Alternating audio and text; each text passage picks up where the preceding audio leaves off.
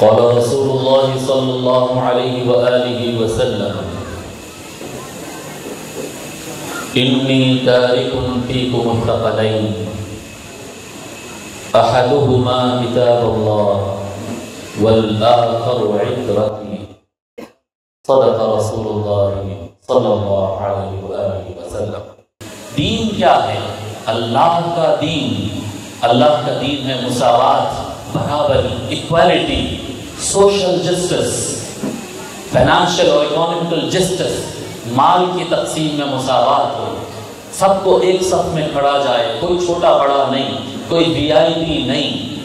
سمجھ میں آئی بات؟ یہ ایک بڑا دین اسلام کا بڑا زبردست نظام ہے، اور سلامتی کا ہر راستہ اس کے اندر دکھایا ہے۔ شراب پینا اس میں منع ہے، سود لینا اس میں منع ہے، غریب کے اوپر ظلم کرنا اور غریب کا مال کھینچ لینا اس میں ظلم منع ہے۔ لوگوں کو اللہ تعالیٰ نے آزاد پیدا کیا ہے، ان کو زبردستی غلام اور سلیو بنا لینا یہ منع ہے۔ جی میں ڈیٹیل میں نہیں جاتا، جیسا کہ میں عرض کیا کہ میرے اندر اتنی ہمت نہیں ہے، لیکن یہ منع ہے۔ لیکن انسان یہ سارا کام اپنا حق سمجھ کر کرتا ہے۔ جو انسان کے اندر طاقت آ جاتی ہے، پیسہ آ جاتا ہے، پولیٹیکل کنٹرول آ جاتا ہے، تو وہ باقی دنیا کو اپنا غلام سمجھتا ہے۔ جی لوگوں کا پیسہ کھا کر اپنی عیاشیاں کرتا ہے، شراب پیتا ہے، اس کو سمجھتا ہے کہ یہ میرے مزے کی چیز ہے، میرے لیے جائز ہے، اور کرتے آ رہی دنیا میں۔ ہزاروں سال سے لوگ شراب پیتے تھے، شراب کو خود کے لیے جائز سمجھتے تھے، سود کھاتے تھے، سود کو خود کے لیے جائز اور بزنس کا نام دیتے تھے، لوگوں کو قتل کرتے تھے اور کہتے تھے کہ جو مقابل پہ آیا، جو اختلاف کیا، اس کو جان سے مار دینا یہ ہمارا رائٹ ہے۔ کمزور لوگوں کو دبا کر، ان کو غلام بنا کر، چھوٹے بنا کر رکھنا یہ ان کا اپنا طریقہ تھا، اور سمجھتے تھے کہ ہاں بھائی چھوٹے لوگ ہیں، غلامی نہیں کریں گے تو اور کیا کریں گے۔ اللہ نے تو ان کو ایسا پیدا نہیں کیا تھا، اللہ نے تو سب کو انسان بنا کے پیدا کیا، لیکن طاقتور لوگ یہ کرتے آتے اور اس کو اپنے لیے جائز سمجھتے، جھوٹ بولنے کو جائز سمجھتے، دھوکہ دینے کو جائز سمجھتے۔ ہمارے آقا سیدنا محمد الرسول اللہ صلی اللہ علیہ وآلہ وسلم یہ نظام لائے کہ جھوٹ بولنے کو انسان برا سمجھنے لگا، یہ برا کام ہے، شراب پینا برا کام ہے، سود کھانا برا کام ہے۔ میں آج یہ نہیں کہتا کہ لوگ یہ نہیں کر رہے ہیں، آج بھی کر رہے ہیں لوگ۔ اللہ ان کو ہدایت دے، جو لوگ شراب پی رہے ہیں اللہ ہدایت دے کہ وہ شراب چھوڑ دے، اللہ ہدایت دے کہ وہ جھوٹ بولنا چھوڑ دے، اللہ ان کو ہدایت دے لوگوں کو دھوکہ دینا، سود کھانا چھوڑ دے، اللہ ان کو ہدایت دے۔ غلط کام آج بھی لوگ کر رہے ہیں، لیکن یہ سمجھ کے کر رہے ہیں کہ ہم غلط کر رہے ہیں، اس کو صحیح نہیں سمجھ رہے ہو، صحیح نہیں سمجھ رہے ہیں۔ یہ ہمارے آقا صلی اللہ علیہ وآلہ وسلم نے جو اسلام عطا کیا، یہ اس کی روشنی ہے کہ اکثر لوگ نے ترک کر دیا ہے، اور اگر کسی نے چھوڑا نہیں ہے تب بھی وہ اس کو غلط تو سمجھ رہا ہے۔ یہ جو نظام ہے ایکوالٹی کا، اور یہ جو نظام ہے انسانیت کا، یہ نظام یزید کو برداشت نہیں تھا۔ یزید اور یزیدیوں کو، بنو امیہ کے لوگ کو یہ نظام پسند نہیں، ان کو وہی چاہیے تھا، یہ آقا صلی اللہ علیہ وسلم، یہ محمد کا صلی اللہ علیہ وآلہ وسلم کا لایا ہوا نظام ان کو پسند نہیں تھا۔ انہوں نے کہا یہ کیا بات ہے، ہم مزے سے شراب پیتے تھے، اب شراب چھپ کے پینا پڑ رہا ہے، کہ لوگ اس کو گندا سمجھ رہے ہیں۔ پہلے جھوٹ کھل کر بولتے تھے اور اس پر اتراتے بھی تھے، دیکھو کیسا پھرا دیے، کیسا چکر دے دیے، اور اس کو دماغ اور ہوشیاری کا کام سمجھتے تھے۔ آج جھوٹ بولنا عیب بن گیا ہے، یہ لوگوں کو سلیب بنانا عیب بن گیا ہے، سود کھانا حرام بن گیا ہے۔ لوگ ان کو، جو یزید تھا یہ اس کو برداشت نہیں تھا، وہ چاہتا تھا کہ یہ سسٹم چینج ہو جائے، لیکن لاکھوں لوگ مسلمان ہو گئے، اور آقا صلی اللہ علیہ وآلہ وسلم اللہ کا کلام مکمل نازل ہو گیا، سرکار دین مکمل پہنچا دیے ہیں، اس کو ختم کرنا ممکن نہیں ہے، تو اس کو کیا کیا جا سکتا ہے؟ دیکھو جو بھی چیز آپ تک پہنچتی ہے نا، وہ دو طریقے سے پہنچتی ہے۔ یہاں پر ماشاءاللہ پروفیسر، ٹیچرز، خواجہ باغ سوار ویلفیئر ٹرسٹ کی تو یہی بات اچھی لگتی ہے کہ یہاں پر جو لوگ دوڑ کر کام بھی کر رہے ہیں وہ بھی ٹیچر اور پروفیسر اور لیکچرر ہیں، الحمدللہ پڑھے لکھے لوگوں کا مجمع ہے۔ پڑھے لکھے لوگوں کا مجمع ہے. میں بتا رہا ہوں آپ کو، جو چیز، جو نالج، بیٹیو آپ لوگ بھی غور سے یہ بات سمجھو، جو نالج، جو تعلیم ہم تک پہنچتی ہے وہ دو طریقے سے پہنچتی ہے. ایک کو کہتے ہیں تھیوری، ایک کو کہتے ہیں پریکٹیکل. ایک کو کہتے ہیں تھیوری، کتاب میں پڑھایا جاتا ہے. دوسرا ہوتا ہے پریکٹیکل، جو گراؤنڈ میں اتر کر بتایا جاتا ہے، لیب میں لے جا کر بتاتے ہیں، اس کو کہتے ہیں پریکٹیکل. اللہ کے جتنے نبی آئے، حضرت سیدنا ابراہیم علیہ السلام، نوح علیہ السلام، موسیٰ علیہ السلام، عیسیٰ علیہ السلام، انہوں نے اللہ کا پیغام لوگ کو لا کر دیا. جی شرع لکم من الدین ما وصى بها. جی اللہ تبارک و تعالیٰ نبیوں کے لسٹ گنایا کہ اللہ تعالیٰ نے شریعت اور قانون عطا کیا. سب نے اپنا تھیوری، ان کی کتابیں، تورات ہے، انجیل ہے، زبور ہے، صحائف ابراہیمیہ ہے، انہوں نے کتابیں لا کر دی، قانون لا کر دیا اللہ کے پاس سے. اور اللہ کے نبی ہر زمانے میں خود عمل کر کر بتائے، اور جب اس دنیا سے پردہ فرمائے تو ساتھ میں ان کی کتاب چھوڑ کر گئے. بولے یہ قرآن، یہ تمہاری، یہ تورات ہے، یہ تمہاری کتاب ہے، یہ انجیل ہے، اس پر عمل کرنا. مگر لوگ بھٹک گئے. کیوں؟ جب ایک نبی پریکٹیکل عمل کر کے بتاتا ہے تو وہ نبی ہونے کے اعتبار سے بتاتا ہے، امتی ہونے کے اعتبار سے نہیں. جب ایک نبی پردہ فرماتے ہیں اس دنیا سے تو اس کی جو امت ہوتی ہے وہ امت اس کے پریکٹس میں کہ اس پر عمل کیسا کرنا ہے، یہ صحیح ہے یا وہ صحیح ہے، اس میں آپس میں اختلاف کر بیٹھتی ہے، گروپ بندیاں ہوتے ہیں اور لوگ بھٹک جاتے ہیں. قربان جائے ہمارے آقا سیدنا محمد الرسول اللہ صلی اللہ علیہ وآلہ وسلم پر خاتم النبیین. آپ کے بعد کوئی نبی آنے والے نہیں ہے. آپ نے امت کو دین اسلام گارنٹڈ ہاتھ میں دو طریقے سے عطا فرمایا. تھیوری بھی دیا ہے اور پریکٹیکل بھی دیا ہے. تھیوری بھی دیا ہے اور پریکٹیکل بھی دیا ہے. باقی سارے انبیاء نے پریکٹیکل عمل کر کے بتایا ہے، لیکن امت میں موسیٰ علیہ السلام نے نہیں فرمایا کہ میرے بعد اے میری امتی اے بنی اسرائیل یہ میرے جانشین ہوں گے، یہ میری جگہ ہوں گے، دیکھنا یہ جیسا ہمارے دین پر پریکٹس کرتے ہیں اس طرح سے تم کرنا. نہیں کیا موسیٰ علیہ السلام نے، عیسیٰ علیہ السلام نے ایسا نہیں کیا کیونکہ ان کے بعد پھر رسول آنا تھا. ابراہیم علیہ السلام نے نہیں کیا کیونکہ ان کے بعد رسول آنا تھا. مگر ہمارے آقا سیدنا محمد الرسول اللہ کے بعد کوئی نبی نہیں آنا تھا. تو اللہ کے رسول صلی اللہ علیہ وآلہ وسلم دو گارنٹی کی، ایک تھیوری کی گارنٹی قرآن، اور ایک پریکٹیکل کی گارنٹی. کون ہے جی؟ قرآن کے ساتھ کون ہے؟ بولیے نا اور تھوڑا آواز سے. ہاں اہل بیت. قرآن اور اہل بیت، قرآن اور اہل بیت. اہل بیت کون ہیں یہ لوگ؟ یہ امت میں حضور صلی اللہ علیہ وآلہ وسلم کے دین پر کس طرح سے عمل کیا جاتا ہے اس کی پریکٹیکل گارنٹی کا نام ہے. پریکٹیکل گارنٹی کا نام ہے. تھیوری ہے، پریکٹیکل ہے. آج بھی تورات کے اندر اور زبور کے اندر اور انجیل کے اندر اچھی اچھی باتیں لکھی ہوئی ہے، لیکن دین وہ لوگ نہیں بچا پائے، ان کا دین چینج ہو گیا. مگر ہمارے آقا صلی اللہ علیہ وآلہ وسلم کا جو دین ہے اس کو قیامت تک کوئی نہیں ہلا سکتا، کوئی نہیں بدل سکتا. وجہ کیا ہے؟ جب آقا صلی اللہ علیہ وآلہ وسلم اس زمین سے ظاہری حیات سے پردہ فرمانے والے تھے، فرمایا انی تارک فیکم ما ان تمسکتم بہما لن تضلوا من بعدی ابدا کتاب اللہ وعترتی. میں تمہارے درمیان وہ دو چیز چھوڑ رہا ہوں کہ اگر تم ان دونوں کو مضبوطی سے تھام لو، جی ان دونوں کو مضبوطی سے تھام لو تو گارنٹی ہے تم نہیں بھٹکو گے. کتاب اللہ وعترتی، اللہ کی کتاب اور میرے اہل بیت. اللہ کی کتاب تو محفوظ ہے. اب میں آپ کو بتا رہا ہوں کتاب، اللہ کی کتاب ہمارے تک کیسا پہنچی ہے. لوگ حفظ کرتے گئے، روایت کرتے گئے، قرآن ہمارے پاس آتے گیا. قرآن کی حفاظت جو تھیوری قرآن ہے، تھیوری اسلام جو کتابوں کے اندر جو اسلام ہے، وہ اسلام کی حفاظت کی گارنٹی اللہ تعالیٰ نے خود ذمہ لے لیا. اللہ تعالیٰ نے فرمایا اِنَّا نَحْنُ نَزَّلْنَا الذِّكْرَ وَإِنَّا لَهُ لَحَافِظُونَ. تورات بدل دی گئی، انجیل بدل دیا گیا، لیکن کیا قرآن بدلا جا سکتا ہے؟ بولیے نا. قرآن نہیں بدلا جا سکتا ہے کیونکہ اللہ نے اس کی حفاظت کی گارنٹی دی ہے، لیکن اس کی پریکٹیکل بات تھیوری کی ہو گئی. پریکٹیکل آقا صلی اللہ علیہ وآلہ وسلم نے فرمایا پریکٹیکل دیکھنا ہے تو میرے اہل بیت کو دیکھنا ہے. کون اہل بیت؟ علی، فاطمہ، حسن و حسین.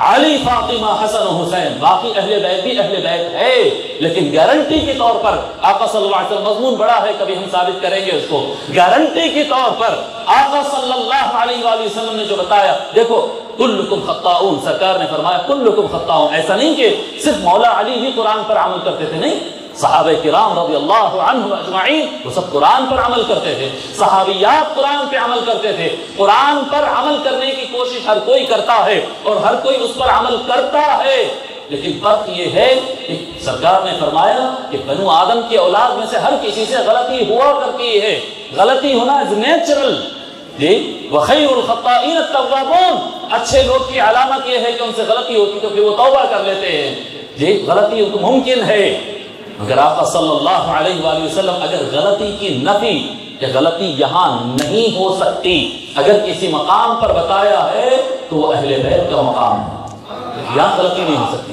آپ کہیں گے مصعب یہ کہاں ہے، یہ کون سی روایت پہ ہے؟ اسی روایت کو آگے پڑھیے، فرماتے آقا صلی اللہ علیہ وآلہ وسلم وَلَن يَتَفَرَّقَا، قرآن اور اہل بیت کسی لمحے بھی ایک دوسرے سے الگ نہیں ہوں گے۔ جو آدمی ہر وقت قرآن کے مطابق ہے کیا وہ غلط ہو سکتا ہے؟ کیا قرآن میں غلطی ہے؟ بولیے نا آواز سے، قرآن میں اگر غلطی نہیں ہے تو ہر وقت 100% جو قرآن کے ساتھ ہے وہ غلطی پر کیسے ہو سکتا ہے؟ تو آقا صلی اللہ علیہ وآلہ وسلم نے یہ بتایا کہ کلام اللہ کے ذریعے، کلام اللہ، اللہ کے کلام کے ذریعے جو ہدایت ملی ہے اس کا پریکٹیکل ترجمانی، اس کا پریکٹیکل نمونہ اگر تم کو دیکھنا ہے گارنٹی کے روپ میں تو علی، فاطمہ، حسن و حسین میں نظر آئے گا، دن میں نظر آئے گا۔ ہوا یہ کہ دشمنان اسلام پہلے دن سے کوشش میں لگے رہے، سرکار صلی اللہ علیہ وآلہ وسلم کو وہ شہید نہیں کر پائے اور اسلام مکمل ہو کر رہا، اليوم اکملت لکم دینکم، لیکن اس کے بعد مولا علی علیہ السلام تھے ہدایت کا مینار اور ہدایت کی گارنٹی، جی، ان کو بدلنے کی کوشش کیا گیا، لیکن مولا علی علیہ السلام ایک منٹ کے لیے بھی کمپرومائز نہیں کیے۔ قرآن علی مع القرآن والقرآن مع علی ولن یتفرقا، سرکار نے فرمایا اور علی قرآن کے ساتھ ہے، قرآن علی کے ساتھ ہے، یہ کبھی الگ ہونے والے نہیں ہیں، بالکل ویسا ہی چلتے رہے جیسا سرکار نے فرمایا۔ اور ایک وقت آیا کہ مولا علی شہید ہو گئے، شہید کر دیے گئے، نماز کی حالت میں وار کر دیا گیا اور شہید ہو گئے۔ پھر سیدنا امام حسن علیہ السلام کا زمانہ آیا، حضرت سیدنا امام حسن علیہ، میں بہت تیزی سے آگے بڑھا، حضرت سیدنا امام حسن علیہ السلام کو ایسا زہر دیا گیا کہ خون کے الٹیاں ہو کر جی جگر آپ کا پارا پارا ہو گیا اور آپ کو شہید کر دیا گیا۔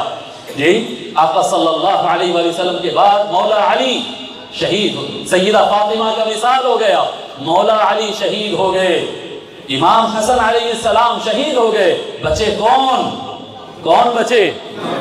امام حسین علیہ السلام، بس ایک امام بچے ہوئے ہیں۔ ساری دنیا دیکھیں شراب کے خواہش مند بہت ہے، جھوٹ کے خواہش مند بہت ہے، دھوکہ دینا چاہتے ہیں، عیاشیاں کرنا چاہتے ہیں، لیکن کوئی اچھا نہیں سمجھتا اس کو، بلے برا ہے، گناہ ہے، جہاں تک ممکن ہو سکا اس سے بچنا ہے۔ سمجھ میں آ رہی بات؟ اگر شراب کو پریکٹیکلی جیسا دوسرے امتوں نے کر دیا ہے، شراب کسی بھی نبی کے پاس پسندیدہ نہیں تھا، مگر دیکھتے ہیں دوسرے مذہبوں میں شراب کو عزت دی جاتی ہے، ان کی عبادت خانوں کے اندر انہوں نے اپنے دین کو بدل دیا ہے۔ یہودیوں کو دیکھو، جگہ جگہ انہوں نے اپنے دین کو بدل دیا ہے۔ پریکٹیکلی دین کو بدلنا اگر ہے تو گورنمنٹ کتنی بھی طاقت لگا لے، یزید کی گورنمنٹ کتنا طاقت لگا سکتی تھی، لگا لی، مگر انہوں نے دیکھا کہ لوگ اگر غلطی یہ تو کر نہیں رہے ہیں اور اگر کر بھی رہے ہیں تو برا سمجھ رہے ہیں، اس کو پہلے جیسا جائز کیسا بنایا جا سکتا؟ ایک ہی تھا طریقہ کہ حسین بچے ہوئے ہیں 4 میں سے، گارنٹی کے 4 ممبرز تھے، جی، علی، فاطمہ، حسن، حسین، ایک حسین بچے ہیں، اگر حسین بھی شہید کر دیے گئے یا انتقال اگر ان کا ہو گیا تو پھر قیامت تک ہم اس کے پریکٹیکل ماڈل کو ہم چینج نہیں کر سکتے۔ اگر کہ کچھ ایسا ہو جائے کہ حسین علیہ السلام اس بات کو ایکسپٹ کر لے کہ ہاں یزید جو کہتا ہے شراب پینا پی سکتے، جائز ہے شراب پینا، پی لو شراب، تو پوری قیامت تک دنیا یہ سمجھتی تھی کہ شراب جائز ہے، زنا جائز ہے، سود کا نظام جائز ہے۔ یہی تو چاہتا تھا یزید، یزید امام حسین کو قتل کرنا نہیں چاہتا تھا، یزید چاہتا تھا امام حسین جھک جائے اور اس کے سسٹم اور اس کے دین کو قبول کر لے۔ اس کا دین کیا تھا؟ اس کا دین زنا تھا، اس کا دین سود تھا، اس کا دین شراب تھا، اس کا دین عیاشیہ تھا، اس کا دین غریبوں کا مال کھینچنا تھا، بیواؤں پر ظلم کرنا تھا۔ یہ یزید کا دین تھا اور وہ چاہتا تھا اسلام آنے سے پہلے جیسی جاہلیت تھی وہ سسٹم پلٹ کر واپس آئے۔ چنانچہ آپ دیکھیں گے، آپ کہیں گے کہ بھئی اگر قتل نہیں کرنا چاہتا تھا تو پھر قتل کرا کیوں کربلا میں؟ نہیں میرے بھائی صاحب، اس نے ایسا قتل نہیں کیا۔ اگر قتل کرنا ہوتا تو کب کا قتل کر دیتا، مگر وہ قتل کرنا نہیں چاہتا تھا۔ وَلَنَبْلُوَنَّكُمْ بِشَيْءٍ مِّنَ الْخَوْفِ وَالْجُوعِ وَنَقْصٍ مِّنَ الْأَمْوَالِ وَالْأَنفُسِ وَالثَّمَرَاتِ وَبَشِّرِ الصَّابِرِينَ۔ جتنے تھریٹ اور آزمائش کے جتنے مرحلے قرآن نے بیان کیا ہے، پورے مرحلے آزمایا وہ امام حسین کو قتل کرنے سے پہلے۔ مدینہ پاک چھوڑ کر مکہ جانا پڑا، مکے سے نکل کر کوفہ کی طرف جا رہے تھے، 150 آدمی تھے صاحب، 150 آدمی، کیا بڑا نمبر ہے، اس سے تو 4 گنا زیادہ یہاں بیٹھے ہوئے ہیں اس وقت۔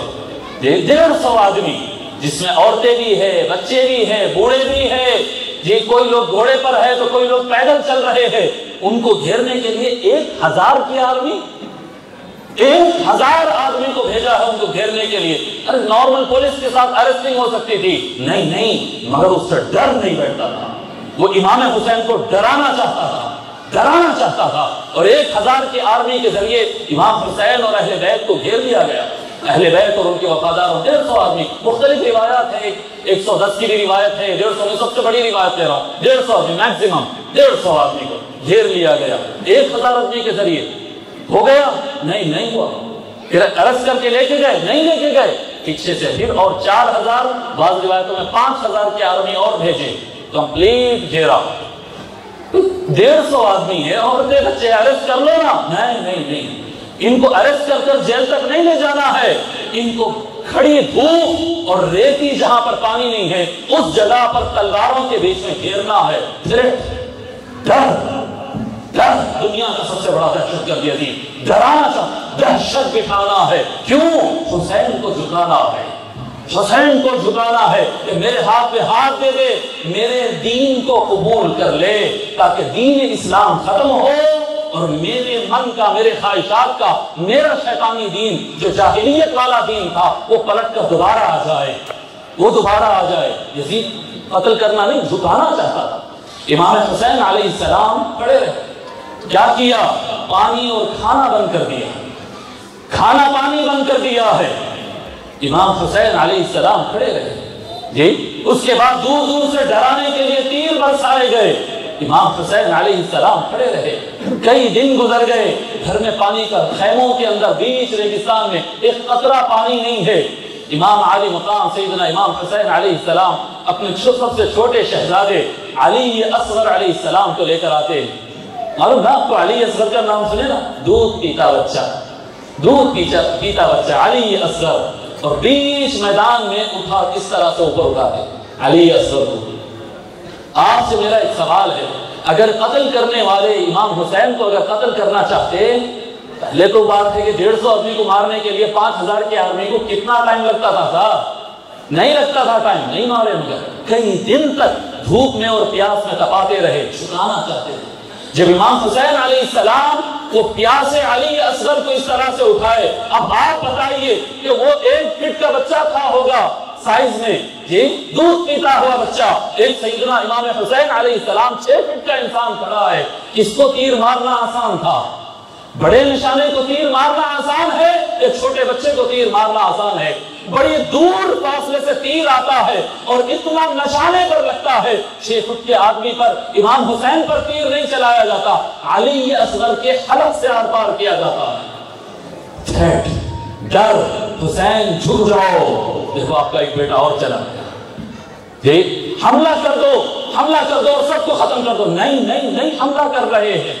پیاس سے تپنا، بھوک سے پریشان ہونا، نڈھال ہونا، عورتوں کی زندگیوں اور عزتوں کے لیے ڈر محسوس کرنا، اپنے اولاد کو بچانے کے لیے ڈر محسوس کرنا، اپنے وفادار جو لاکھ کہنے کے باوجود امام حسین کے ساتھ نہیں دیے، ان کی جان بچانے کے لیے ڈر محسوس کرنا، اور ان کی جان بچانے کی خاطر کم سے کم جھک جانا۔